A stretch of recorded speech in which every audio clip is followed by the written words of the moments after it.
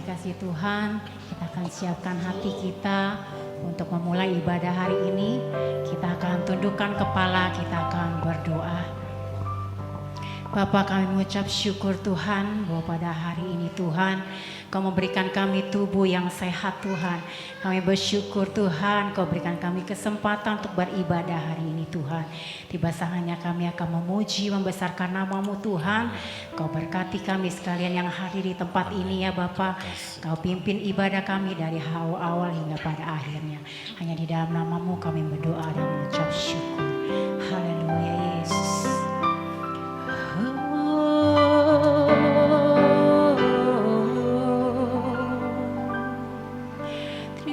Kasih Tuhan, kami menyembah-Mu. Mari datang ke hadirat Tuhan, nyatakan ucapan syukur kita kepada Tuhan. Haleluya, terima kasih Tuhan, kami menyembah-Mu Yesus. Haleluya, haleluya.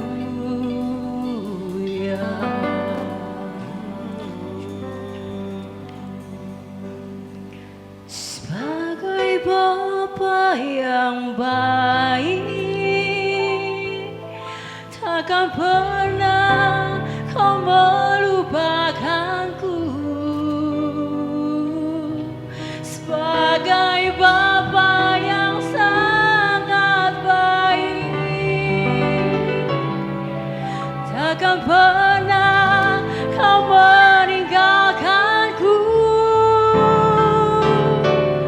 Ku kan menari dan bersuka karena-Mu, oh Yesusku, dan ku kan minum air-Mu bagai rusa rindu. Selalu ku hidup dalam-Mu dan hidup-Mu di dalamku, oh Yesusku, Ku sangat ku cinta. Mari kita sama-sama naikkan pujian ini.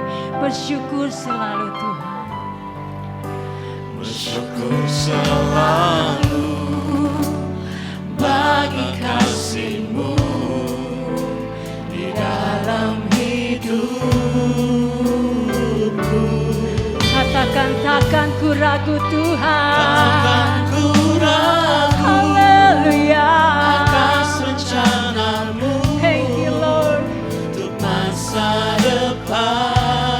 depanku. Sebagai Bapa yang baik, takkan pernah Kau melupakanku. Sebagai Bapa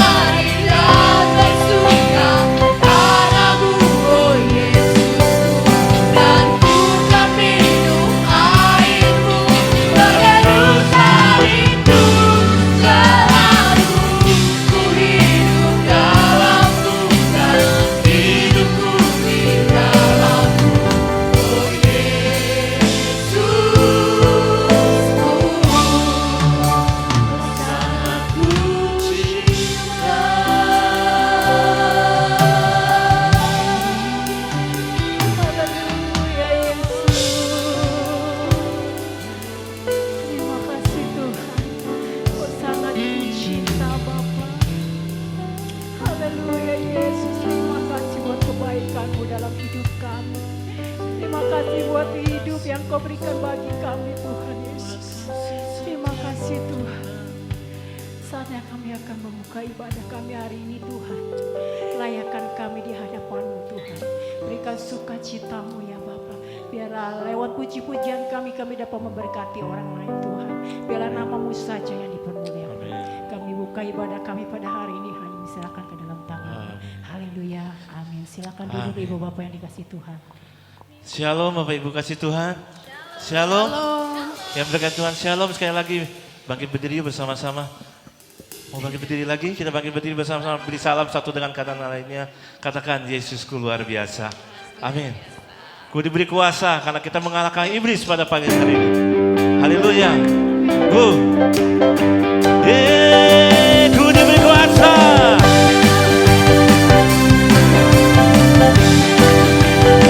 Haleluya.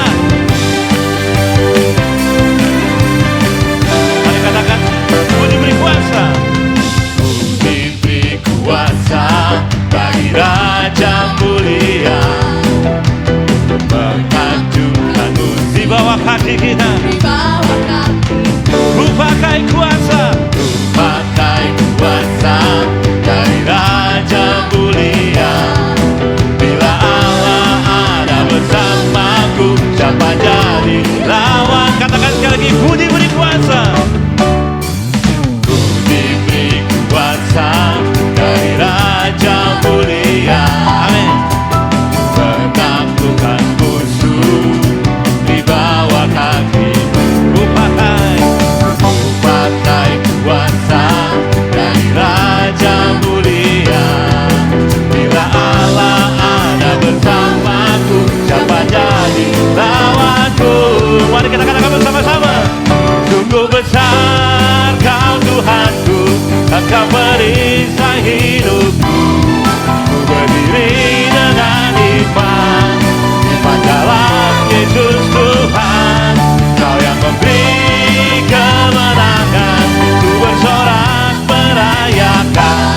Terpujilah Engkau Raja segala raja. Memberi kemuliaan bagi Tuhan sekali lagi. Haleluya.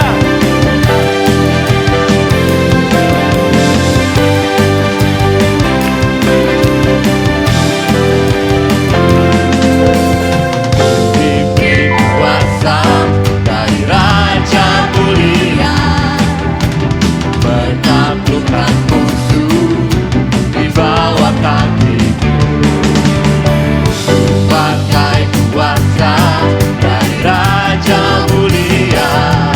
Bila Allah ada bersamaku, siapa jadi lawan? Bila Allah ada bersamaku, siapa jadi lawanku? Bila Allah ada bersamaku, siapa jadi lawanku? Ya kakak katakan bersama-sama. Sungguh besar Kau Tuhanku, Engkau perisai hidupku. Berdiri dengan iman, iman dalam Yesus Tuhan. Kau yang memberi kemenangan, ku bersorak merayakan. Terpujilah Engkau Raja segala raja. Sungguh besar Kau Tuhanku, Engkau perisai hidupku. Berdiri dengan iman, iman dalam Yesus Tuhan. Kau yang memberi kemenangan, ku bersorak merayakan. Dan pujilah Engkau Raja segala raja. Jemaat saja katakan sungguh besar. Amin.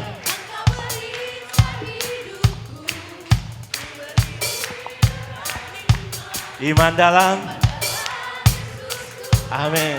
Kau yang memberi kemenangan, ku bersorak merayakan. Terpujilah Engkau Raja segala. Sungguh besar. Besar Kau Tuhanku, Engkau perisai hidupku. Berdiri dengan iman, iman dalam Yesus Tuhan. Kau yang memberi kemenangan,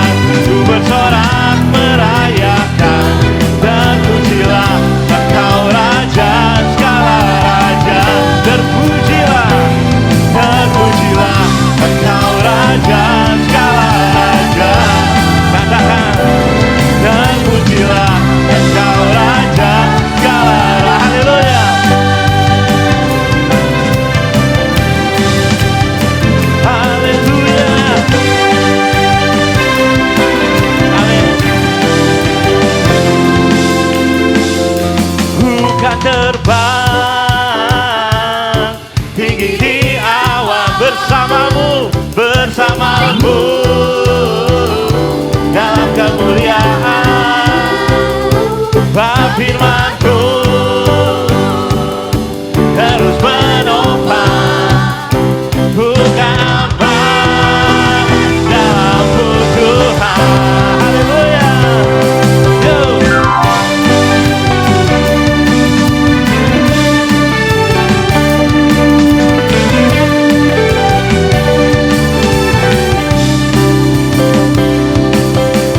Firman-Mu Tuhan terang bagi kakiku,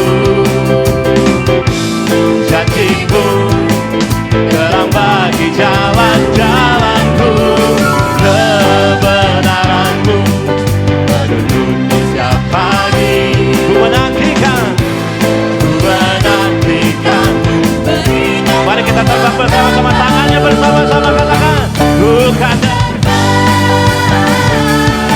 tinggi di awan, bersama-Mu dalam kemuliaan. Bab firman-Mu, bab firman-Mu terus menopang, bukan apa dalam untuk kita terbang bersama Tuhan. Katakan sekali lagi, bukan tinggi di awan, bersama-Mu dalam kemuliaan Tuhan. Bab firman-Mu, amin, terus menopang, bukan aman, bukan aman dalam-Mu.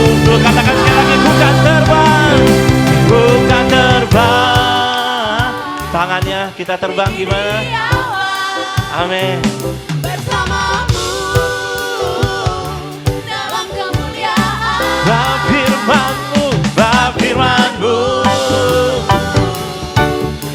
amin, bukan aman dalam-Mu Tuhan. Bukan terbang, bukan terbang, tinggi di awan, bersama-Mu dalam kemuliaan. Bab firman-Mu, bab firman-Mu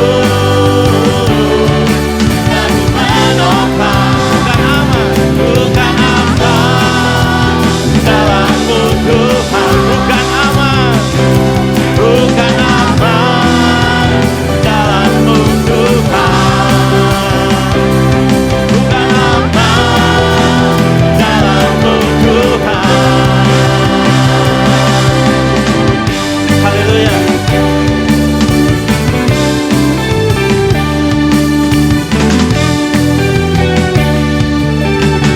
Haleluya, beri kemuliaan bagi Tuhan. Haleluya. Saudara yakin percaya kita aman bersama Tuhan. Amin. Amin. Haleluya. Silakan duduk Bapak Ibu kasih Tuhan. Kita akan mendengarkan kesaksian pujian dari keluarga Dr. Sinta. Saya persilakan.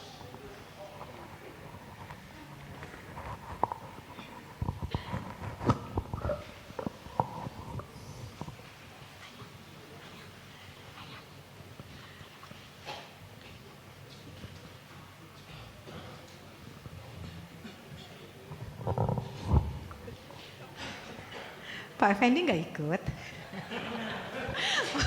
Mohon maaf Pak Effendi nggak ikut latihan katanya. Jadi baik, puji Tuhan, Bapak Ibu sekalian, kami keluarga besar Tampu Bolon akan menaikkan satu pujian. Pujian ini sebenarnya lagunya sederhana. Judulnya Tuhan Tahu. Ini menceritakan bagaimana kita sebagai orang yang beriman untuk tidak khawatir. Ya, kemarin Maria baru nyatakan lulus sebagai dokter. Puji Tuhan ya, minggu lalu kan Maria memberikan kesaksian, itu belum keluar loh. Tapi Maria sudah menyatakan imannya, dia pasti lulus dan Tuhan genapkan itu tadi malam, Maria lulus setelah perjuangan cukup panjang. Dan kemarin juga hari Kamis tanggal 16 Maret, Pak Effendi berulang tahun ke-58, Tuhan berkati dengan luar biasa, jadi banyak berkat Tuhan. Bapak Ibu, sebenarnya bukan hanya berkat ya, tapi juga ada masalah, ada pergumulan sebenarnya yang kita hadapi. Saya rasa kita semua punya pergumulan dalam hidup kita, termasuk saya secara pribadi. Jadi saya sebenarnya mau memberikan kesaksian gitu bagaimana saya memiliki keyakinan teguh. Ada saat-saat di mana saya menyadari bahwa ada kemungkinan saya mengalami suatu kondisi yang dinamakan cognitive disability atau suatu penyakit neurodegeneratif. Yang mungkin teman saya neurolog bilang, enggak lah Bu Dokter, enggak lah itu Dokter Sinta, itu kalaupun terjadi mungkin 20 tahun atau 30 tahun ke depan. Tapi it's okay, saya bilang dalam hati saya, awalnya saya gak pengen bertanya kenapa Tuhan. Karena saya tahu, saya punya iman, apapun yang terjadi dalam hidup kita, Tuhan memberikan rancangan yang terbaik, gak pernah salah. Cuma yang saya tanya seperti ini, kalau suatu saat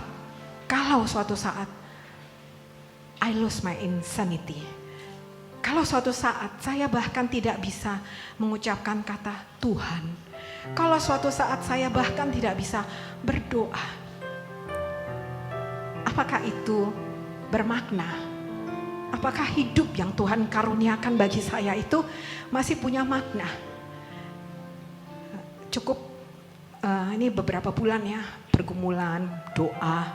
Sampai akhirnya saya menemukan suatu artikel yang luar biasa. Dikatakan begini, Tuhan menciptakan kita, yang Tuhan berikan adalah roh. Tuhan mengembuskan roh.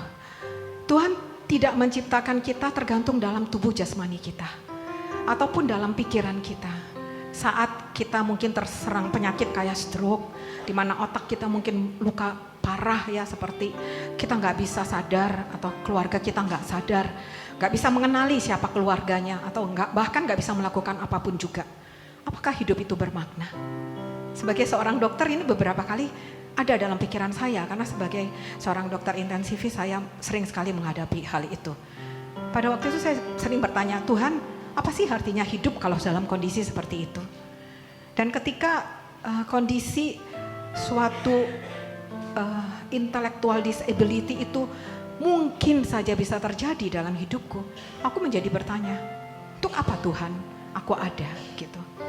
Tapi melalui artikel itu, seorang namanya Christine Bryden, dia menuliskan seperti ini. Tuhan tidak menciptakan kita tergantung dalam tubuh kita atau dalam pikiran kita. Tuhan menciptakan kita, ada roh di dalam kita.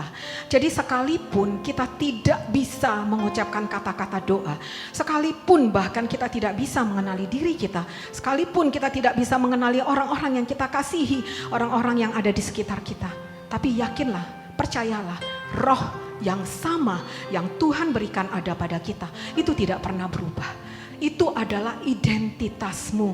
The spirit, the soul in your soul, that is you. Itu adalah Tuhan yang gambaran image, the divine of image, gambaran kekudusan Allah itu, itulah soulnya, bukan tubuh jasmaninya, bukan otaknya, tapi soulnya. Dan pada waktu itu saya berkata, ya Tuhan, jiwa ini, soul ini, spirit ini, itu yang harus dibangun. Bagaimana membangunnya? Bagaimana membangun iman dalam spirit? Ya harus dalam doa, pembacaan firman. Di dalam saat teduh, itu adalah upaya kita untuk membangun soul. Dan ini yang mau saya katakan pada anak-anak saya di sini, pada semua orang, jangan khawatir. Mari biarlah kiranya pujian ini boleh memberkati kita semua.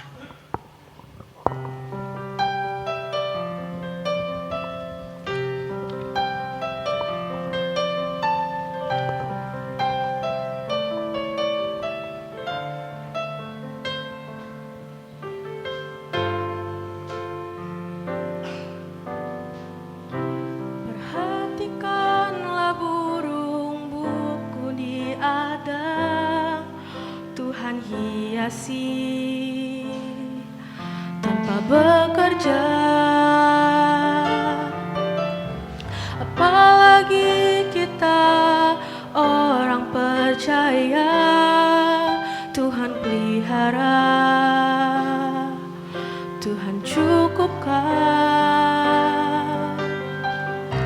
Perhatikan burung-burung di udara, Tuhan beri makan tanpa bekerja.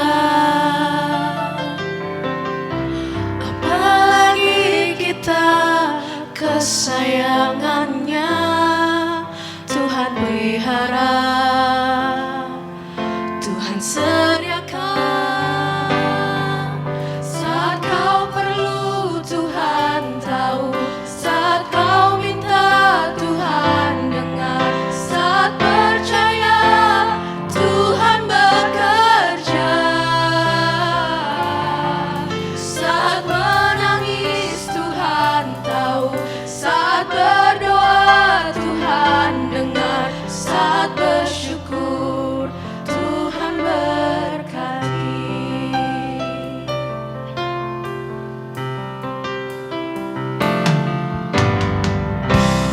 Perhatikan burung-burung di udara, Tuhan beri makan tanpa bekerja. Apalagi kita orang percaya, Tuhan pelihara, Tuhan sediakan. Saat kau perlu Tuhan tahu, saat kau minta Tuhan dengar, saat percaya Tuhan bekerja, saat menangis Tuhan tahu, saat berdoa Tuhan dengar, saat bersyukur Tuhan berkati. Kau Tuhan lebih dari cukup, kasih-Mu Tuhan. Kau Tuhan lebih dari, karena janji-Mu pasti terjadi.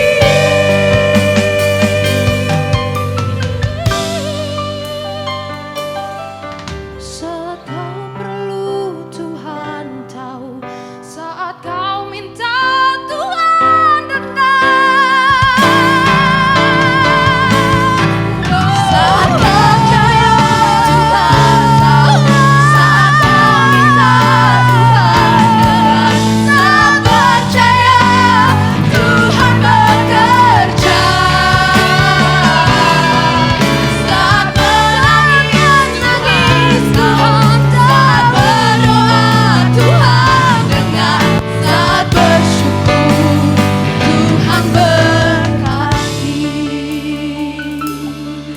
Pandanglah burung-burung di langit yang tidak menabur dan tidak menuai dan tidak mengumpulkan bekal dalam lumbung, namun diberi makan oleh Bapamu yang di surga.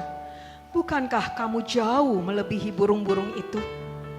Siapakah di antara kamu yang karena kekhawatirannya dapat menambahkan sehasta saja pada jalan hidupnya? Dan mengapa kamu khawatir akan pakaian?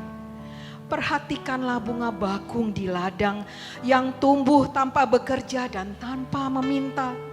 Namun aku berkata kepadamu, Salomo dalam segala kemegahannya pun tidak berpakaian seindah salah satu dari bunga itu. Jadi jika demikian Allah mendandani rumput di ladang yang hari ini ada dan besok dibuang ke dalam api, tidakkah Ia akan terlebih lagi mendandani kamu, hai orang yang kurang percaya? Sebab itu, janganlah kamu khawatir dan berkata, apakah yang akan kami makan? Apakah yang akan kami minum? Apakah yang akan kami pakai? Semua itu dicari bangsa-bangsa yang tidak mengenal Allah. Akan tetapi Bapamu yang di sorga tahu bahwa kamu memerlukan semua itu. Tetapi Carilah dahulu kerajaan Allah dan kebenarannya, maka semuanya itu akan ditambahkan kepadamu. Amin.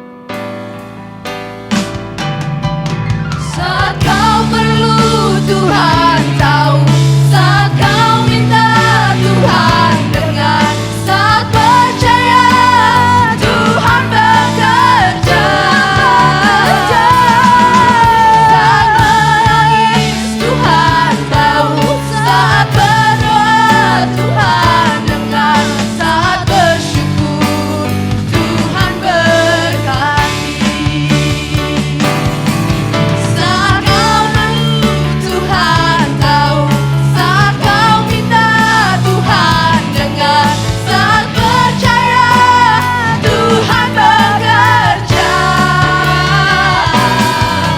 Saat menangis Tuhan tahu, saat berdoa Tuhan dengar, saat bersyukur Tuhan berkati.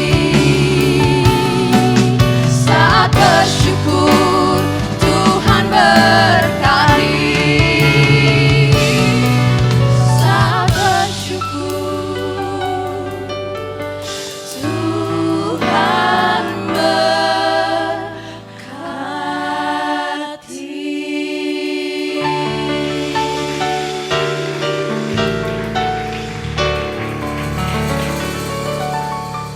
Terpujilah nama Tuhan.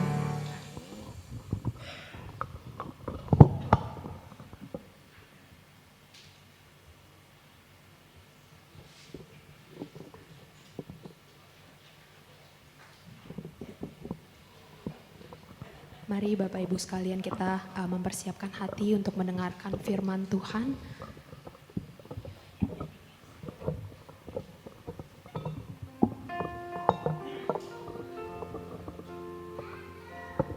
Mari kita mengangkat pujian syukur kita kepada Tuhan.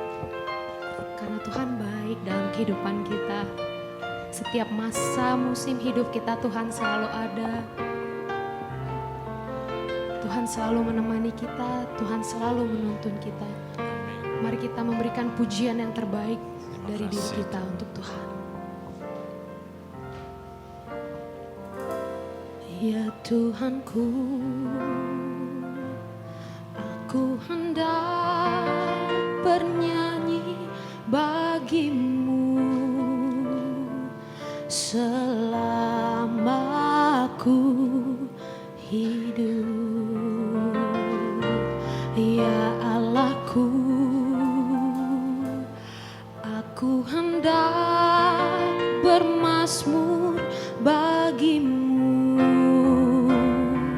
selagi ku ada. Inilah yang ku renungkan setiap waktu. Nyanyian pujian dan pengagungan kepadamu.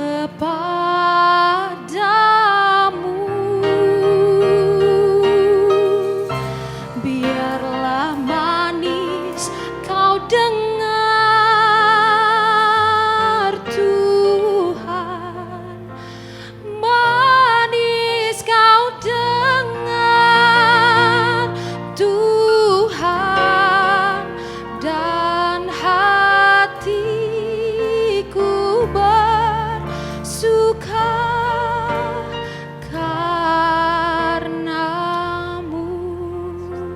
Mari kita nyanyikan ini dari awal lagi. Ya Tuhanku, ya Tuhanku, aku hendak bernyanyi bagimu. Ya Tuhan, dengarlah pujian kami selama aku hidup. Ya Allahku, aku hendak bermazmur bagimu selagi ku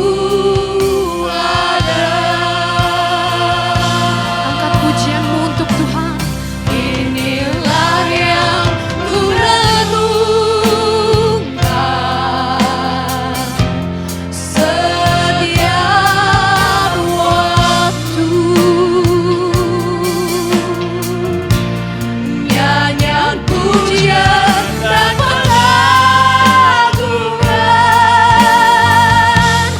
kepadamu. Biarlah manis kau dengar, manis kau dengar Tuhan, manis kau dengar Tuhan, dan hatiku bersuka. Saya mengundang Bapak Ibu sekalian untuk bangkit berdiri. Mari kita berikan pujian, sembah kita, syukur kita untuk Tuhan. Inilah yang kurangkan, Yes Lord, setiap waktu nyanyian pujian dan pengagungan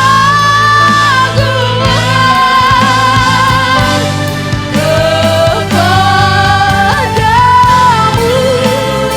Biarlah manis kau dengar Tuhan, manis kau dengar Tuhan, dan hatiku bersuka, dan hatiku bersuka, dan hatiku dan hatiku bersuka karenamu.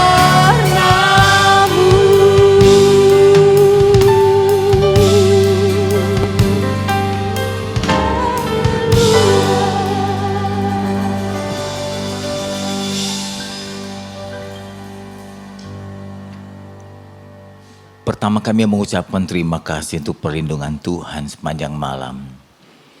Terima kasih untuk kebugaran tubuh yang Tuhan berikan sebagai karunia kami untuk bisa kami menghampiri Tuhan ke dalam rumah-Mu.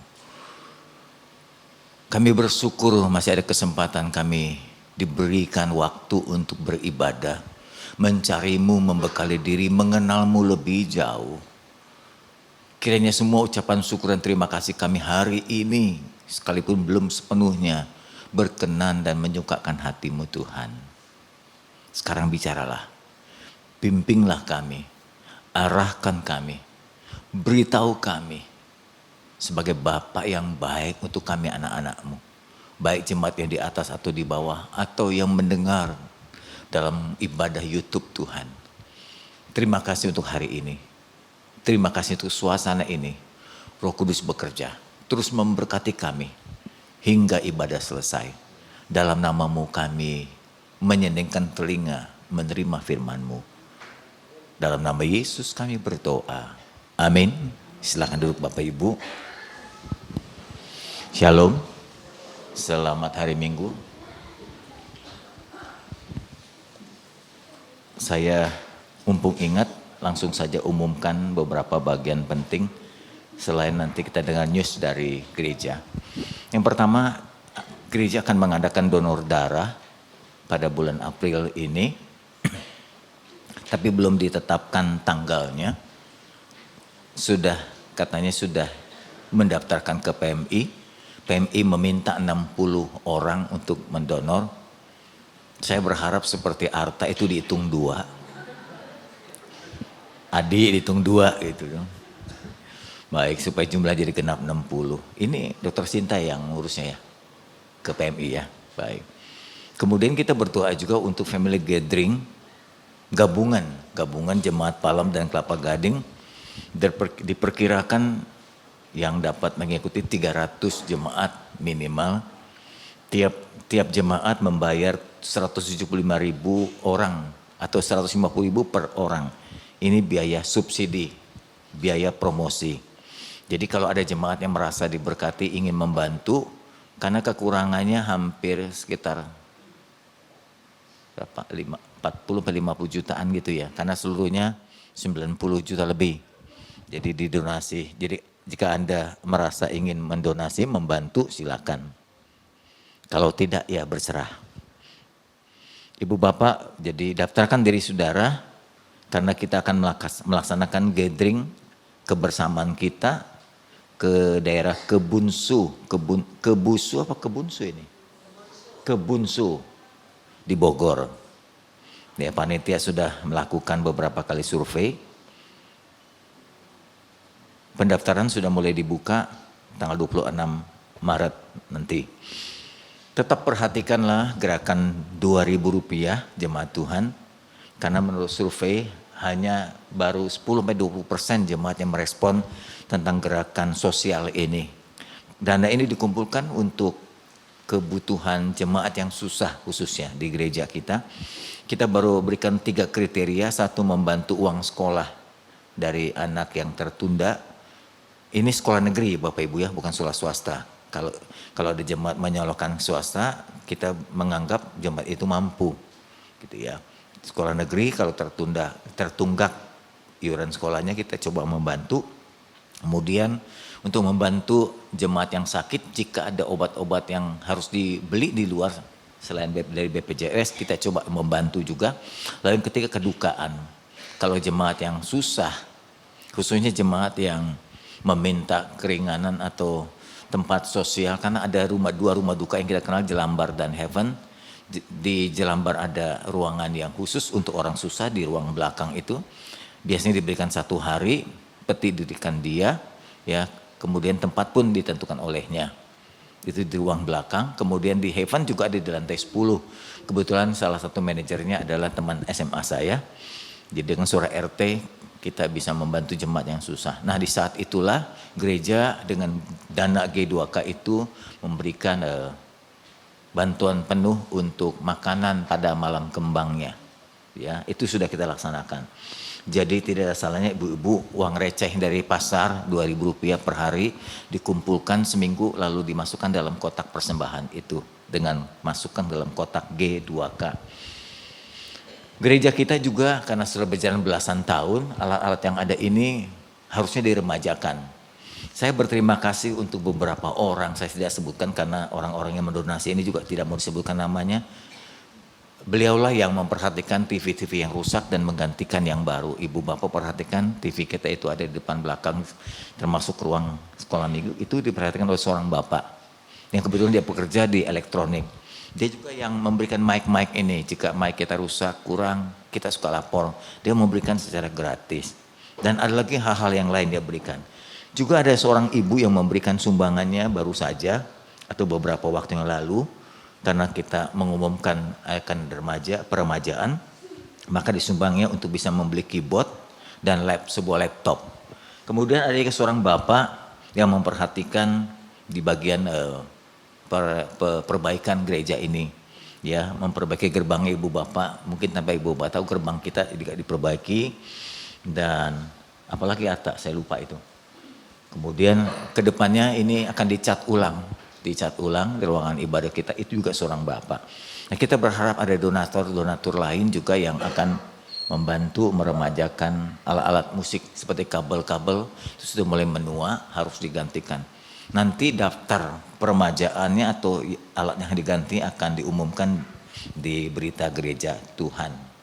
Itu yang saya umumkan untuk kita pada hari ini. Baik Bapak Ibu, kita mulai masuk pada firman Tuhan. Hari ini firman Tuhan bertema tentang keluarga Bapak Ibu, tentang keluarga. Ya, saya memberikan tema ketentraman keluarga. Maksud saya adalah kalau keluarga benar, keluarga baik, keluarga bahagia, tiap-tiap orang tua menempatkan fungsi secara tepat dan menjadi figur yang baik bagi anak-anaknya, maka keluarga jadi tentram. Jujur saja kita banyak menemukan bukan hanya di luar Kristen, gereja, tapi di dalam gereja sendiri banyak keluarga yang tidak tentram. Banyak keluarga yang tidak berhasil, tanda kutip, banyak keluarga yang tidak bahagia. Ya, padahal kita sudah memberikan konseling, sudah memberikan bimbingan, tapi tetap saja ada beberapa keluarga yang gagal ya melaksanakan fungsinya. Baiklah Bapak Ibu, hari ini saya ingin menyampaikan tujuan saya adalah biar Bapak Ibu sekalian terutama orang tua kembali menyadari fungsinya. Ya, ibu bapak diberikan atau dikaruniakan anak dengan tanggung jawab yang penuh, ya, dengan kasih sayang yang penuh. Figur ayah dan ibu itu atau figur bapak itu di bumi ini mewakili figur bapak surgawi, Bapak Ibu. Saya ulang kembali, figur kita ayah dan ibu itu mewakili figur bapak surgawi. Kalau kita ingin mengenalkan kasih sayang bapak surgawi, kita harus praktekkan melalui hidup kita sebagai orang tua.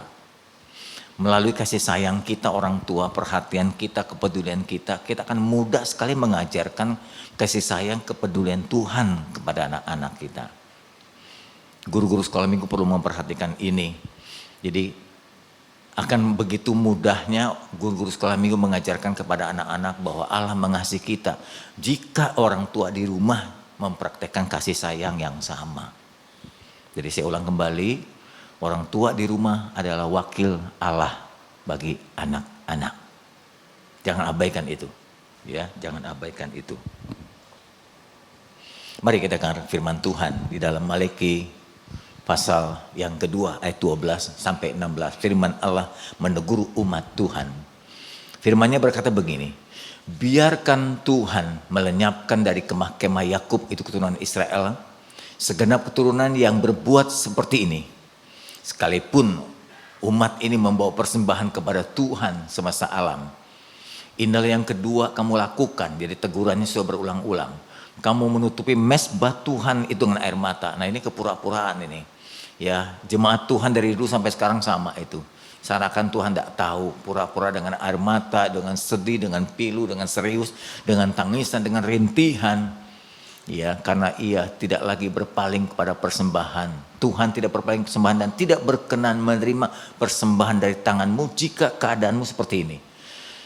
Dan kamu bertanya, oleh karena apa Tuhan engkau tidak menerima persembahanku? Oleh sebab Tuhan telah menjadi saksi atau melihat engkau dan istrimu dari masa mudamu, kepadanya engkau telah tidak setia, padahal dialah teman sekutumu, istri seperjanjianmu. Bukankah Allah yang esa menjadikan mereka daging dan roh, dan apakah yang dikehendaki dari kesatuan itu, yaitu keturunan ilahi. Jadi jagalah dirimu dan janganlah engkau tidak setia terhadap istri dari masa mudanya. Sebab aku membenci perceraian, firman Tuhan Allah Israel. Juga orang menutupi pakaiannya, menutupi bersandiwara dengan kekerasan, firman Tuhan semesta alam. Maka jagalah dirimu dan janganlah berkhianat. Dari firman ini ada beberapa poin yang perlu kita petik Bapak Ibu. Persembahan-persembahan yang kita berikan pada Tuhan dalam ibadah-ibadah, sumbangan-sumbangan sosial dan macam-macam bentuknya, yaitu sangat berhubungan dengan keadaan keluarga kita Bapak Ibu. Berhubungan dengan kesetiaan suami pada istri, tingkah laku suami pada istri, dan sebaliknya istri pada suami. Ya. Perkenanan persembahan kita bukan diwakili dengan tangisan, waduh dia tuh kalau ibadah begitu serius loh, begitu mencintai Tuhan, dari mana kamu tahu? Dia nangis tiap kali nyanyi. Nah kan kita nggak tahu nangisnya kenapa. Mungkin utangnya kan belum dibayar, sulit keuangan segala macam. Ya seringkali orang mewakili keseriusan itu dengan tangisan, dengan rintihan, dengan keluhan. Tapi Tuhan melihat pada kesetiaan suami istri. Suami istri yang ada ini, apalagi saudara yang telah mengalami konseling pernikahan, ingatlah pernikahan saudara itu akan melahirkan keturunan ilahi. Anak-anak kita bukan anak gampangan, bukan anak duniawi, tapi anak-anak ilahi. Ya, anak-anak yang bernilai rohani, bernilai kekal. Anda perlu tahu engkau melahirkan anak ya yang Tuhan karuniakan bukan sekedar hadir memenuhi keluargamu, tapi dia adalah keturunan ilahi. Dia keturunan ilahi. Puji Tuhan. Allah tentunya tidak menyukai perceraian, perpecahan dalam keluarga. Allah juga tidak menghendaki KDRT, kekerasan dalam rumah tangga, baik secara verbal maupun non verbal. Mungkin kita berkata, saya nggak keras sama suami, sama istri saya nggak pukul, Saya nggak joroki saya, tapi saya ngomong keras. Saya bentak, saya ngomel, saya cerewet. Nah itu juga nggak boleh, itu juga KDRT Bapak Ibu. Dalam bentuk fisik pukulannya itu KDRT, ngomong yang keras, kuda lu, gitu ya. Maaf ya, babi lu, monyet lu. Nah kan aneh toh kalau suami kawin sama monyet, kawin sama babi, itu KDRT juga. Yang bentuknya verbal Bapak Ibu. Ucapan-ucapan yang kasar itu terhadap pasangan juga termasuk KDRT. Mungkin gak pernah dibahas, mungkin gak pernah dinilai. Tapi itu juga sangat menyakitkan Bapak Ibu. Ayo kita kontrol perkataan kita. Allah membenci kekerasan dalam rumah tangga. Sepatutnya ayah dan ibu, ini beberapa kesimpulan sementara. Memberikan waktu yang cukup buat keluarganya. Dengar baik-baiknya, nanti di akhir khotbah saya ada sebuah cerita yang memilukan. Siapapun Anda, apakah Anda seorang hamba Tuhan, pengusaha, pekerja, pegawai, guru, apa saja, kaum profesional, ingatlah hidup harus seimbang. Selain engkau menggeluti pergumulan pekerjaanmu, usahamu, engkau harus menggumuli juga keluargamu. Berikan waktu yang cukup untuk keluargamu. Hargai keluargamu lebih dari hartamu. Setuju nggak Bapak Ibu? Prakteknya kadang-kadang nggak gitu ya. Kita rela tinggalkan istri, suami, anak demi pekerjaan kita, lembur. Tapi kita nggak pernah lembur buat keluarga kita. Ayo hargai keluarga lebih dari harta kita. Bersikaplah lembut tapi tegas. Lembut bukan gemulai, tapi tegas. Ya. Tidak sungkan kalau salah, minta maaflah. Walaupun itu kepada anak dan cucu kita. Kan dia lebih rendah Pak. Ya salah ngomong aja salah. Nah, itu sekaligus memberikan teladan kepada mereka. Kalau orang tua sering mudah mengatakan aku salah ya maaf ya. Nanti anak kita akan menular. Dia akan melakukan hal yang sama seperti orang tuanya. Maaf ya saya salah. Begitu ya. Jadilah pendengar. Konselor yang baik bagi keluarga. Kalau Bapak Ibu sudah jadi konselor yang baik bagi anak-anakmu. Gereja akan menutup ruang konselor bagi jemaat. Nggak ngerti ya? Sudah cukup lah. Kalau papa mama sudah konselor yang baik buat anak, gereja nggak perlu buka ruang konselor. Di rumah sudah ada konselor yang baik kok begitu. Paham nggak maksud saya? Bukan berarti gereja nggak peduli. Tapi kalau konselor ayah dan ibu sudah baik, berfungsi baik bagi anak-anaknya, di gereja nggak dibutuhkan lagi. Di gereja cuma seminggu sekali. Sementara ayah ibu tuh tiap hari bahkan mungkin tiap menit dia menjadi konselor bagi anak-anaknya. Dan tetaplah bertanggung jawab untuk memberikan nafkah pada keluarga. Ayo laki-laki, terutama kepala keluarga. Ya, baik. Yang pertama, seringkali kita mengabaikan pasangan kita, keluarga kita lupa bahwa untuk mendapatkan pasangan kita itu butuh perjuangan. Masih ingat atau masih pacaran? Kalau saya sih ingat, 5 tahun saya berjuang buat ibu gembala, itu susah payah ibu bapak. Bukan hanya saya yang laku, ibu gembala juga laku sebetulnya. Ini bukan bocoran, dia udah senyum-senyum aja di sebelah saya tuh. Ada pemain keyboard di Surabaya yang suka sama dia, ada anak pendeta yang suka sama dia. Dia cerita belakangan baru saya tahu. Kalau cerita lebih awal saya akan cemburu kan, dia tahan dulu itu. Saya juga di Jakarta banyak yang mau. Jadi kita dua-dua idola nih sebetulnya. Jadi kita berjuang untuk dapatkan pasangan kita. Ingat baik-baik. Saya tahu Anda punya sejarah sendiri, nggak usah cerita lah. Tapi kesimpulannya sama. Mendapatkan belahan jiwa kita itu butuh perjuangan. Setuju nggak? Karena ada istilah lembah ku lalui, lautan ku seberangi. Padahal nggak bisa berenang. Ya pakai kapal lah begitu. Ya. Apalagi gunung kudaki, itu kan puisi-puisi yang mau menggambarkan betapa hebatnya perjuangan kita untuk mendapatkan belahan jiwa kita. Saya setuju banget ya, setuju banget. Walaupun kita berbeda perjuangan, tapi sekali lagi dapatkan pasangan itu adalah perjuangan. Nah ingat dong, kalau sudah menikah ingat dulu perjuangan kita, jangan sia-siakan si dia. Ya. Kita sudah berkorban ini, berkorban itu, berikan ini, berikan itu, kan begitu ya. Ingat, susah dapatkan dia. Jadi kalau apa saja yang susah, dijaga. Saya ingat kemarin ibu-ibu ketika berada di toko berlian, di toko batu permata, kalau dapatkan barang mahal, kan nggak mungkin digeletakkan sembarangan, udah beli dengan mahal, dijaga, dirawat. Begitulah belahan jiwa kita, dapatkan dengan susah payah, harus dijaga. Sampai kapan? Sampai menutup mata. Setuju nggak? Oke. Yang angguk 3 orang. Dia sangat berharga dan patut dijaga sampai kita menutup mata. Biasanya sih yang umum, saya bongkar borok lagi nih. Di masa awal, di awal pernikahan kita biasanya ya semuanya indah. Bulan madu, dia nyenderan, disayang, dipeluk, dipegang. Selalu ngomongnya say, beb gitu. Apalagi sih honey. Udah macam-macam dah, habis honey, tawon, apalah gitu. Kan honey madu loh. Apa saja, duduk berdua, tidak sungkan untuk memeluk dia, dekat dengan dia. Biasa begitu, biasa. Saling sangat memperhatikan dan sangat mempedulikan. Itu awal. Orang mengatakan istilahnya anget-anget teh ayam. Masa sih cinta kita kayak teh ayam? Bapak Ibu ya, dia selalu jadi prioritas, apa saja di nomor 1. Tiap waktu pacaran gitu ya, makan ditanya pagi siang malam.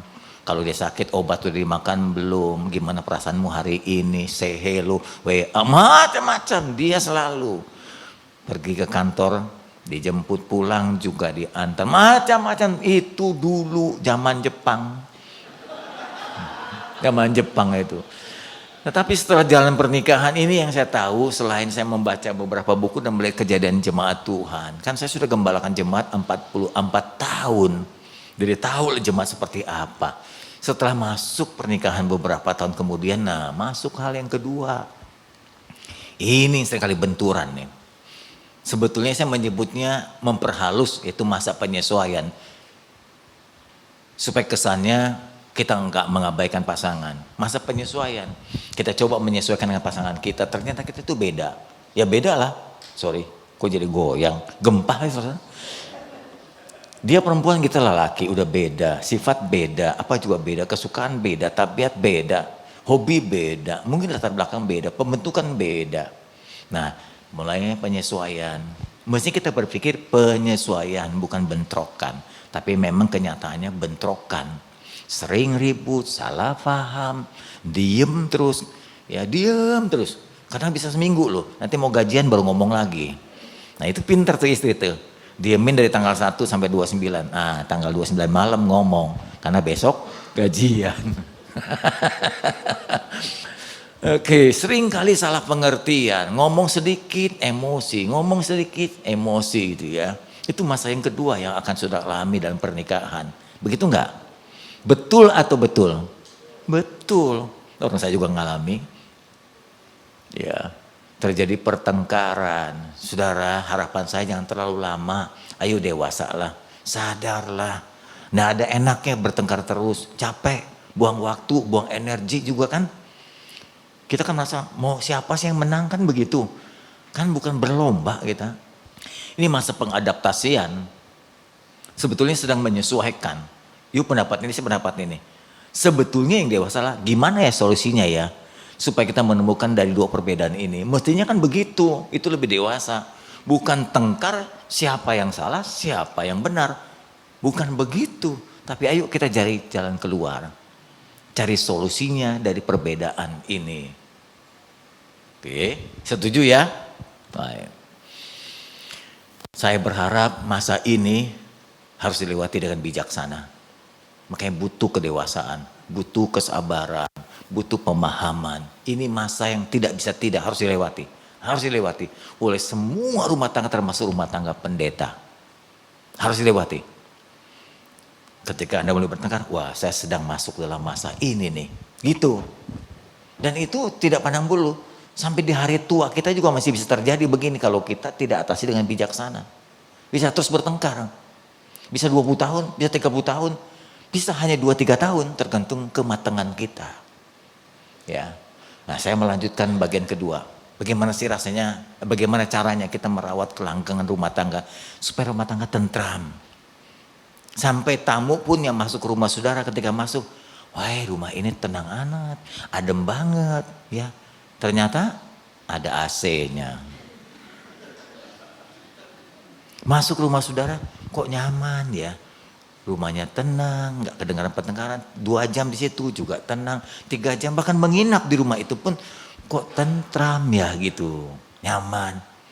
Itu nggak bisa dibohongi loh saudara. Suasana itu bisa dirasa oleh tamu yang datang. Pak, saya emang nggak pernah ngundang tamu. Kenapa? Ya tengkar melulu sih. Saya takut tamu tahu. Ayo, bagaimana kita merawat kelanggengan pasangan suami istri agar keluarga tenang. Saya kadang-kadang maaf ya, saya harus mengaku. Kadang-kadang kalau anak berkata gini, aduh kalau jalan sama papa mama nanti ribut nih. Oh, saya rasanya aduh salah ya saya gitu, saya salah ya. Mestinya kalau sampai salah paham dengan istri jangan di depan anak. Gitu. Mereka kenang terus loh. Jadi kalau anak sempat satu kali kita mau pergi bersama, lalu dia berkata, papa mama nanti ribut lagi. Aduh rasanya di sini nggak nyaman deh gitu ketika dia ngomong begitu. Saya salah, saya bilang, saya salah. Saya selalu janji dengan istri, mulai nanti ya, sekarang mulai ya. Kalau pergi kita nggak perlu bertengkar, jangan sampai salah paham kita, ya kita ungkapkan itu depan anak. Kita nggak pernah sempurna Bapak Ibu. Kalau sampai salah paham, salah mengerti, ayo kita masuk ke kamar, kita pindah ke ruangan lain supaya anak tidak dengar pertengkaran kita. Nggak ada yang sempurna, saya tahu nggak ada yang sempurna.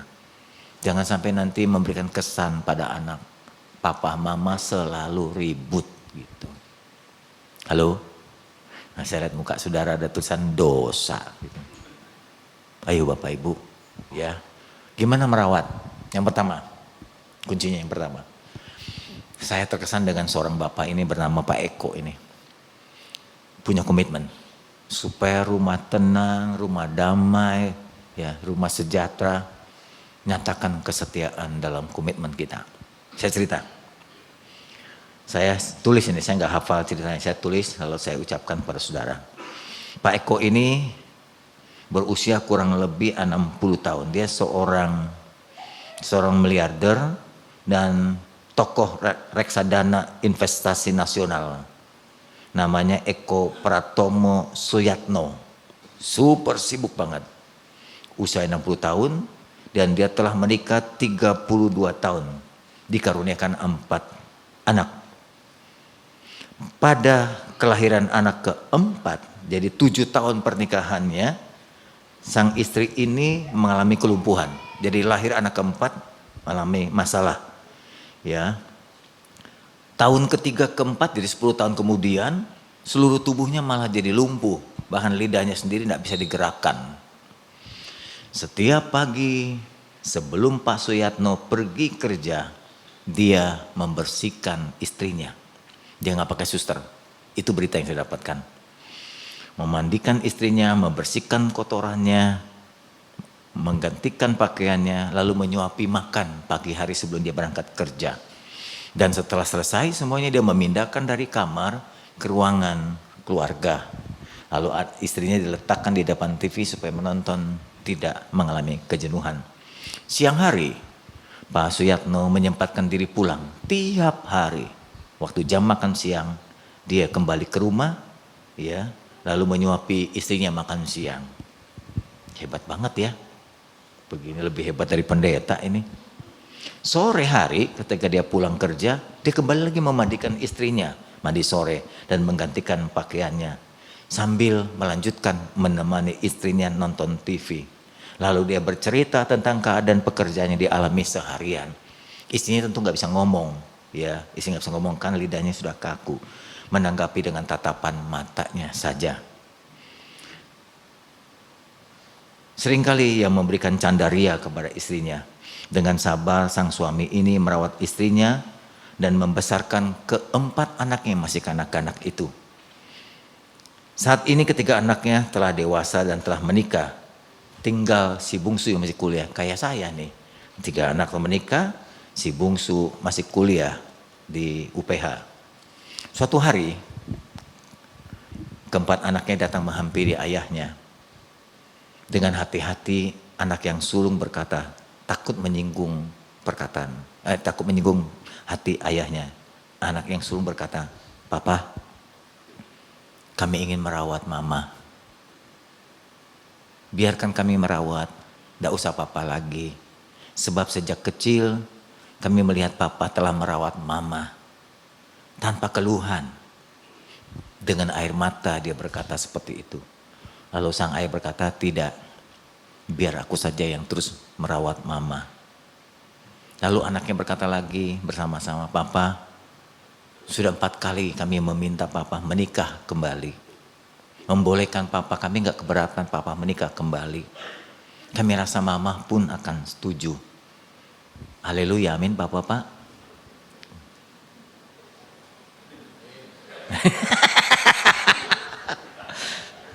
Anaknya setuju. Katanya mamanya juga keberatan karena mamanya merasa kan udah lumpuh, nggak bisa berbuat apa-apa lagi. Kemudian anaknya berkata lagi, "Kalau papa terus begini, kapan papa bisa menikmati masa tua? Kami nggak tega melihat papa berkorban seperti ini terus menerus." Kemudian sang ayah menjawab, "Anak-anakku, jika perkawinan di dunia ini didasari oleh nafsu, mungkin papa akan menikah lagi." Ngerti nggak maksudnya? Oke. Jika perkawinan ini didasari oleh nafsu, papa akan menikah lagi. Tapi bagi papa, ada ibu dalam keadaan apapun, maksudnya lumpuh pun, itu sudah cukup bagi ayah. Kalau dia seperti ini, karena ia melahirkan anak-anak bagi papa. Keempat anak yang dilahirkan olehnya begitu berharga bagi papa. Apakah ibu dan bapak akan bahagia jika bapak menikah lagi, punya keluarga yang baru? Menangislah semua anak-anak yang mendengar perkataan ayahnya itu. Satu kali sang ayah ini atau Pak Eko ini diundang ke sebuah acara TV. Mungkin Kick Andy. Mungkin ya, saya tidak jelas, tapi di tulisan itu dikatakan begitu. Pembawa acara bertanya kepada Pak Eko, "Pak Eko, kenapa Anda dapat bertahan 25 tahun merawat istri sendiri tanpa suster?" Jawaban Pak Eko, "Karena cinta. Cinta itu bukan hanya ucapan, tapi cinta itu harus tindakan. Cinta itu sama memberi waktu, cinta itu memberi tenaga, cinta itu memberi perhatian, cinta itu memberi pikiran." Istri saya telah memilih saya menjadi pendamping hidup dan seumur hidupnya. Saat sehat, ia memberi saya waktu dan perhatian yang sangat besar. Dia menjadi sahabat saya setiap waktu. Dia mencintai saya dengan batinnya tanpa syarat. Dia telah memberikan 4 anak kepada saya yang lucu dan cerdas. Saat dia sakit dan lumpuh, ya, komitmen saya diuji. Dia adalah belahan jiwa saya. Jadi komitmen dan kesetiaan itu yang membuat rumah tangga jadi langgeng. Itu syarat pertama. Sekarang syarat kedua. Jangan nangis dulu, belum. Syarat yang kedua yang membuat rumah tangga langgeng. Kali ini khotbahnya berbeda ya Bapak Ibu ya, cerita melulu. Yang kedua adalah syaratnya sabar dan mengalah. Biasanya yang lebih sabar itu istri. Jujur saja, saya akui juga ibu gembala lebih jujur dari saya. Lebih sabar dari saya daripada saya sendiri. Jadi syarat untuk membuat rumah tangga langgeng, sabar. Jangan emosi, jangan dilawan, jangan dibentrok, ngalah saja. Lihat seorang bapak itu, sabarnya sampai beruban di teras. Ada cerita, sepasang suami istri telah menikah 28 tahun dan dikaruniakan anak-anak yang telah dewasa.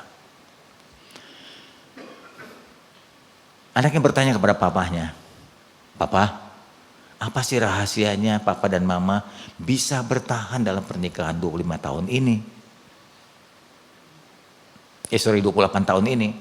Sang ayah menjawab, kami belajar saling sabar dan mengalah. Ya, jika papa marah, mama salah, mama pergi ke dapur. Nggak mau ladenin kalau bapak bentak-bentak. Biasanya udah dia ke dapur sambil mengerjakan pekerjaan dapur. Kalau mama yang marah, papa kemana? Ke teras. Jadi nggak mau diladenin. Kalau dia nggak buntu, jadi ribut besar. Jadi itu rahasianya. Dia ke teras. Hingga marah mama padam. Kadangkala papa sampai ketiduran di teras. Kamu menunggu mama reda marahnya. Terus kemudian papanya berkata lagi, dari 28 tahun itu, 20 tahun papa tuh tinggal di teras terus begitu. Paham dah Bapak Ibu? Jadi mamanya lebih banyak marah daripada bapaknya di teras terus. Sampai tempat tidur kedua adalah teras, Bapak Ibu. Inilah cara suami mengalah, ya Pak Effendi. Nggak tahu ini cerita benar atau cuma lelucon aja. Inilah rahasia melanggengkan rumah tangga. Sabar dan mengalah. Kalau Anda punya rumah harus bikin teras. Yang ketiga yang membuat rumah tangga itu tentram, keluarga tentram, bahagia adalah kita harus akui yang hebat itu pasangan, bukan kita.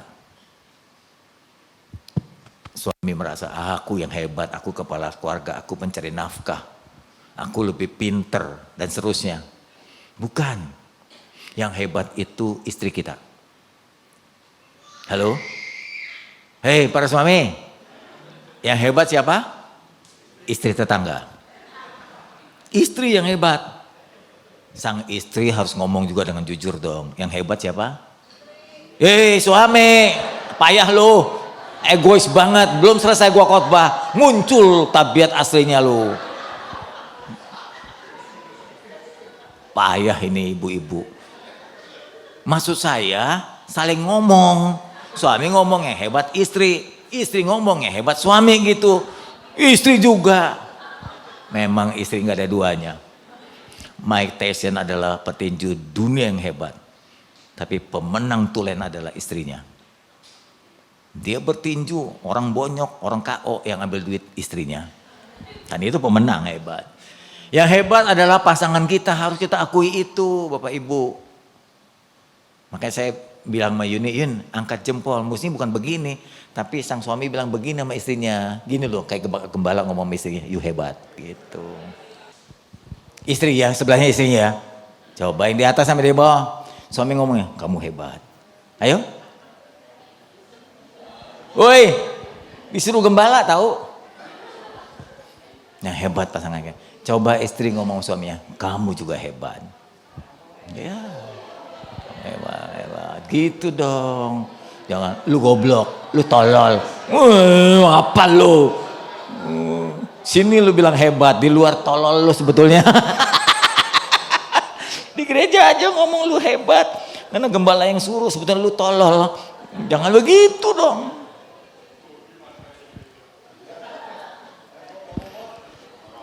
Suatu hari saya mengucapkan, ini ilustrasi ya, bukan sungguhnya. Suatu hari saya mengucapkan selamat ulang tahun. Saya punya daftar ulang tahun jemaat dan ulang tahun pernikahan. Jadi kalau saya lihat saya tahu, langsung saya WA kan.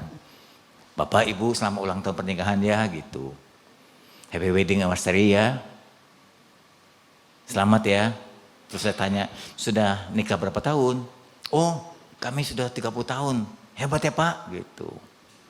Puji Tuhan saya bilang, puji Tuhan bisa tahan 30 tahun, puji Tuhan.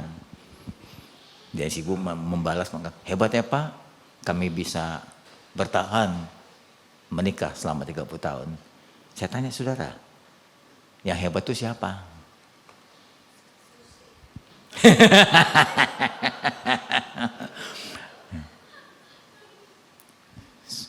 Istri yang berkata, yang hebat itu suami saya. kok dia bisa tahan ya dengan saya? Kok dia bisa tahan sama saya ya? 30 tahun. Orang berteman sama saya 2 jam aja nggak tahan. Ini 30 tahun dia tahan. Lihat sampai kurus begitu. Sang istri juga akan berkata, yang hebat suami saya. Dia bisa tahan dengan saya. Suami akan berkata juga, yang hebat kamu. Kok kamu bisa tahan sama saya? Amin. Oke. Setelah ibadahnya selesai, jangan pernah berhenti memuji pasanganmu. Hebat kamu. Kamu bisa masak, kamu bisa ngatur uang, kamu bisa ngabisin uang, bisa macam-macam lah hebat kamu. Kamu bisa cari uang, kamu macam-macam. Yang membuat anak sekarang bisa besar begini karena kamu. Jadi bukan gini, tapi kamu masing-masing mengatakan kamu hebat. Karena kamulah rumah tangga seperti ini. Setuju ya Bapak Ibu ya? Itu rahasianya, memuja pasangannya. Ibu Bapak, keluarga kita begitu berharga. Maka Allah tidak sungkan, Yesus tidak sungkan hadir ketika dilakukan mujizat pertama kali di dalam sebuah perkawinan di Kana. Maaf, untuk Mei ini saya tidak bisa berangkat membimbing saudara ke Israel karena rencananya pergi ke Israel dan ke Yunani terlalu mahal. Hampir sekitar 60 juta ke atas gitu. Pertama visanya susah, kedua tiket habis, ketiga perjalanannya banyak terbang-terbang pesawat. Sebab kalau cuma Israel saja sudah bosan, ada beberapa saudara yang sudah pernah berangkat ke sana. Jadi saya kombinasikan dengan Yunani, ternyata biaya mahal banget. Mungkin bulan-bulan lain akan lebih murah. Kalau Anda satu kali pergi ke Israel, Anda akan temukan tempat ini. Karena menjadi favorit bagi semua keluarga. Biasanya kalau sampai di situ, keluarga-keluarga minta diberkati ulang. Atau pemutihan lah begitu. Atau apa ya, diperbaharui pernikahan mereka. Silakan saja. Buat saya nggak keberatan untuk mendoakan kembali. Tapi kalau baptisan, saya cuma mengatakan baptisan cukup sekali. Kalau mau juga itu coba. Ya, yang kedua itu bukan baptisan resmi, tapi mencoba dibaptis di Sungai Yordan. Kalau pernikahan selalu kita perbaiki, karena keluarga kita itu berharga. Keluarga lebih bernilai dari harta kita. Keluarga lebih bernilai dari prestasi kita. Keluarga lebih bernilai dari bahkan karir kita. Jangan korbankan keluarga kita karena harta. Jangan korbankan keluarga kita karena prestasi. Jangan korbankan keluarga kita karena karir yang kita timba atau kita raih atau kita kejar. Ada sebuah cerita. Jadi firman hari ini semua cerita. Cerita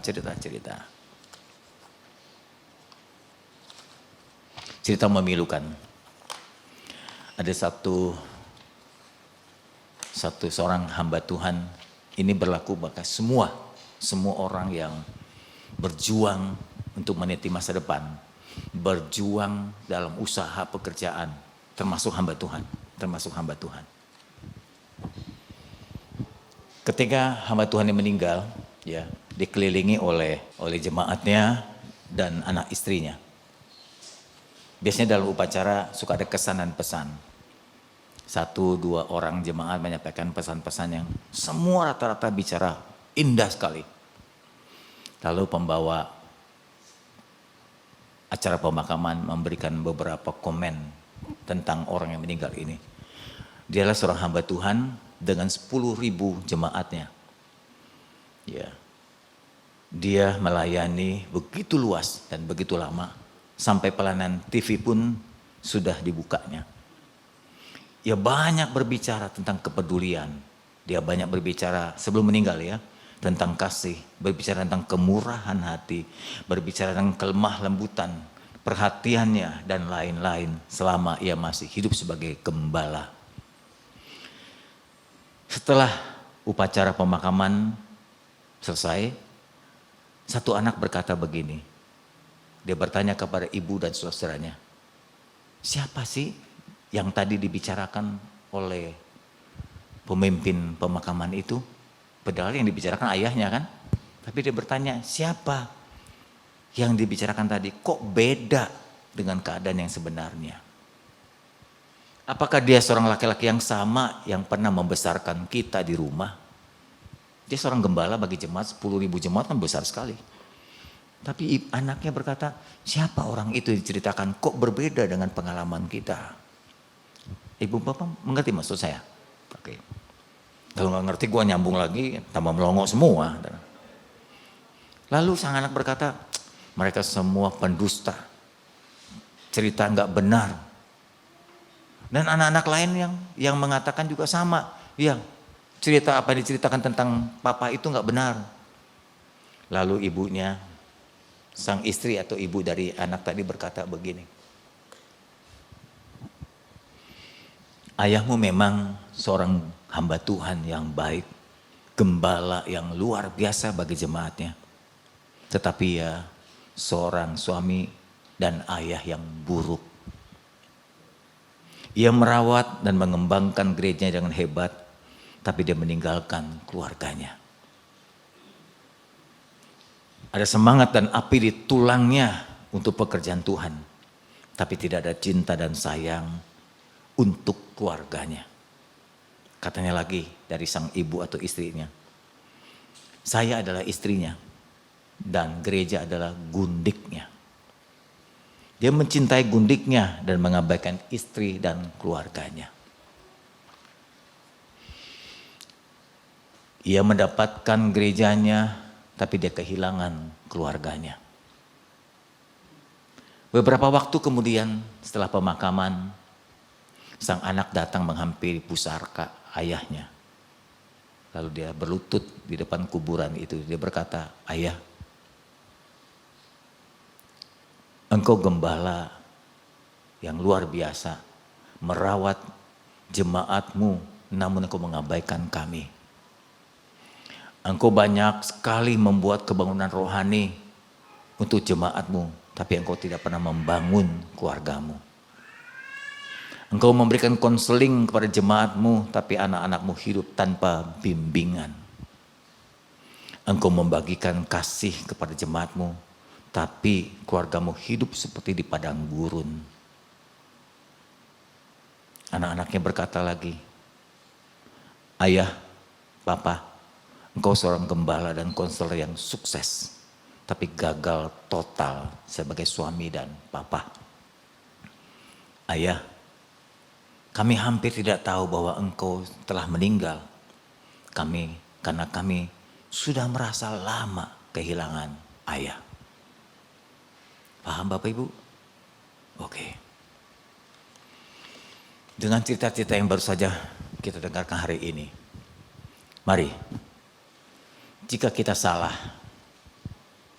ya, kita keliru, jangan cuma bilang maaf kepada anak istri kita, kepada keluarga kita. Ganti waktu yang hilang, ganti kekeliruan selama kesempatan masih ada. Hargailah keluargamu lebih dari harta dan karir serta prestasimu. Ya, nanti di hari tua ketika kita tidak lagi bisa berkarir, mencari nafkah, keluargamu lah yang menemani engkau sampai menutup mata. Pasangan hidupmu yang sudah pasti ada di sampingmu ketika engkau mengembuskan nafas yang terakhir. Sekali lagi, jika engkau salah dalam pernikahan selama ini, tidak cukup bilang maaf ya. Pulang kebaktian bilang sama pasangannya, maaf ya hari ini khotbah menegur saya. Tidak cukup. Perbaiki sikapmu. Ganti semua yang kau telah buat dalam kesalahan. Tebus kesalahan itu dengan waktumu, dengan perhatianmu, dengan kasih sayang dan pengabdianmu. Kiranya Allah memberkati saudara-saudara sekalian. Mari kita tunduk kepala, kita berdoa. Saya akan mengajak saudara menaikkan sebuah pujian seperti Bapa sayang pada anaknya. Seperti Bapa sayang anaknya, demikianlah kau menuntun langkahku. Hari depan indah kau beri, rancanganmu yang terbaik bagiku. Seperti Bapa sayang anaknya, demikianlah kau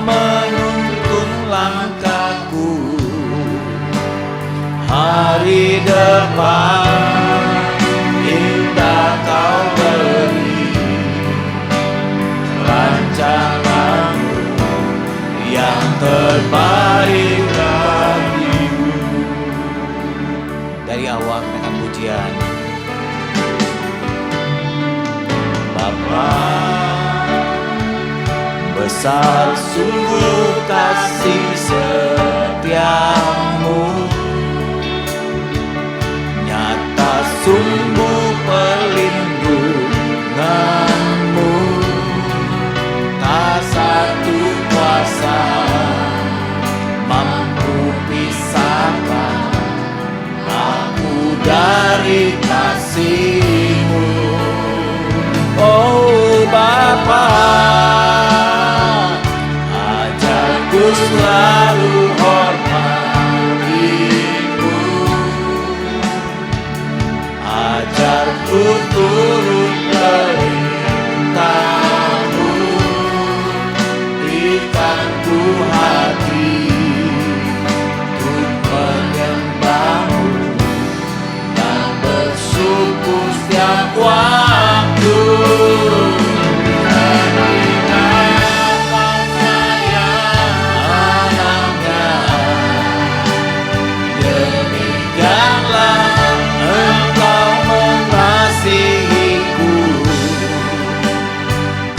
Jadikan biji matamu, kau berikan semua yang ada padamu. Berikan sayang anaknya,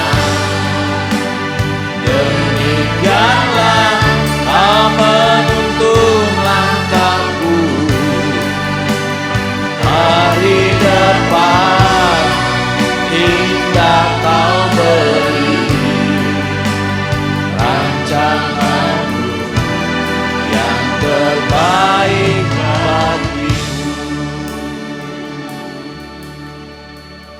Bapa Surgawi telah memberikan segala-galanya, bahkan nyawanya bagi kita. Apakah kita telah memberikan teladan yang seperti itu kepada keluarga kita? Bapa Surgawi mencintai kita lebih daripada surga, lebih daripada kemuliaannya. Dia tinggalkan semua demi kita. Dia utamakan kita lebih daripada yang dimilikinya, bahkan nyawanya sendiri. Dengar baik-baik Bapak Ibu sekalian, jemaat Tuhan di atas dan di bawah. Perhatianmu, cintamu, kepedulianmu terhadap keluargamu mewakili kasih Tuhan. Bersyukur dan berbanggalah jika engkau telah melaksanakan teladan yang sama dengan Bapa Surgawi. Bertobatlah jika kita keliru dan salah. Ubah dan gantikan semua yang terhilang selama ini. Jangan sampai seperti seorang anak yang salah menggambarkan tentang ayahnya sebagai gembala yang hebat, tapi gagal total menjadi ayah yang baik. Justru keberhasilan kita dimulai dari keluarga. Dimulai dengan jemaat yang kecil, anak-anak kita. Berdoalah Bapak Ibu, saya beri kesempatan untuk berkata kepada Tuhan. Mungkin ada yang engkau ungkapkan, ingin engkau ungkapkan kepada Tuhan tentang pergumulanmu bagi keluargamu. Bicaralah kepadanya. Tuhan selalu siap membantu. Tuhan mau mengubah. Tuhan mau keluargamu tentram. Tuhan mau keluargamu bahagia. Bapa Surgawi, dengar suara kami. Dengar hati kami, dengar batin kami Tuhan. Kami cinta keluarga kami. Kami mengasihi keluarga kami. Kami mengasihi pasangan kami. Yang kami dapatkan dengan susah payah, kami akan pertahankan sampai menutup mata. Terima kasih Tuhan. Terima kasih Tuhan. Masing-masing kami berkata pasangan kami hebat. hebat. Semua yang di dalam keluarga kami hebat. Keadaan kami semua ini karena mereka, bukan hanya saya. Terima kasih Tuhan, terima kasih. Terus jaga dan lindungi keluarga kami. Sampai ke anak cucu kami, agar berkat yang kau tumpahkan, kau curahkan, bertahan lama sampai kepada keturunan kami. Kami sangat percaya keluarga kami, keturunan kami dan keturunan ilahi. Anak-anak-Mu Tuhan. Terus kiranya berkat damai sejahtera menyertai keluarga besar kami. Sekarang sampai selama-lamanya. Amin. Amin. Saudara diberkati firman Tuhan, amin. Amin. Biarlah kita menjadi keluarga yang bahagia sampai masa tua kita, amin. Kita akan mendengarkan paduan suara dari Gracia. Saya persilakan.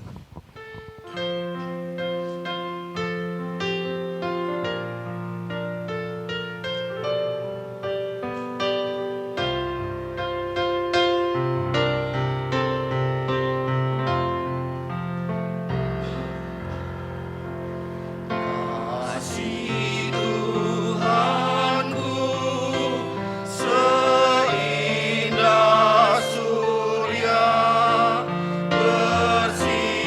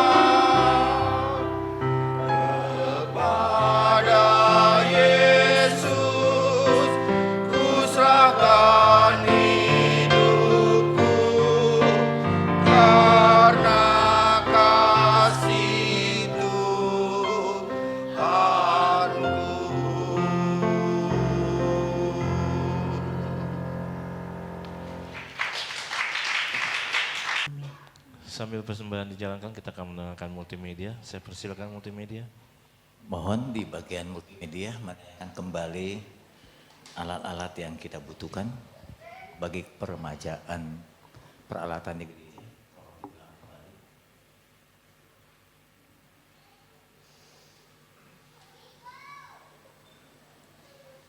Speaker, subwoofer, piano yang dibutuhkan, kabel. Oke, ini Bapak Ibu bisa memperhatikan gereja akan mengganti pembelian peralatan, diantaranya mixer yang di belakang.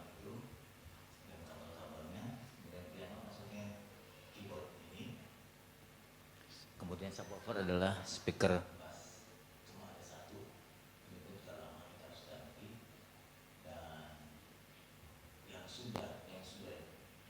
Disumbangkan itu piano dan laptop. Estimasi perkiraan budgetnya 200 juta, tapi sudah ada yang menyumbang 45 juta. Jadi kurang lebih 155 juta lagi. Bapak Ibu enggak usah beli alatnya, takut nanti keliru dan salah. Ibu Bapak bisa memberikan mentahnya saja. Ya, dananya saja nanti gereja yang akan memilih alat yang tepat sesuai dengan kebutuhan. Mari kita bangkit berdiri. Kita akhiri ibadah kita. Puji Tuhan. Bapak, kami berterima kasih. Ibadah hari ini sungguh meriah. Kami banyak diberkati dari pujian, dari musik, dari kesaksian, dari firman-Mu. Terima kasih Tuhan untuk ibadah hari ini. Kami berdoa terus ibadah, terus berkembang, memberkati jemaat yang hadir. Kuatkan dan ingatkan kami selalu akan kebenaran-Mu. Jika kami keliru dan salah, kami ingin memperbaikinya. Agar hidup kami makin bermutu ke depan Tuhan, makin bermanfaat. Bagi keluarga, bagi gereja dan masyarakat. Bagi di mana kami bekerja. Jemaat Tuhan, jemaat di atas di bawah dan mendengar YouTube sekalian. Angkatlah tanganmu dan terimalah berkat dan kemurahannya. Amin Tuhan. Kiranya wajah Tuhan menyertai engkau dan menghadapkan wajahnya selalu kepadamu, memberikan rahmat dan kemurahannya. Di dalam kasih Bapa, cinta Yesus dan kekuatan Roh Kudus menyertai engkau hari ini, besok dan sampai selama-lamanya. Amin. Tuhan berkati. Selamat. Terima kasih Yesusku.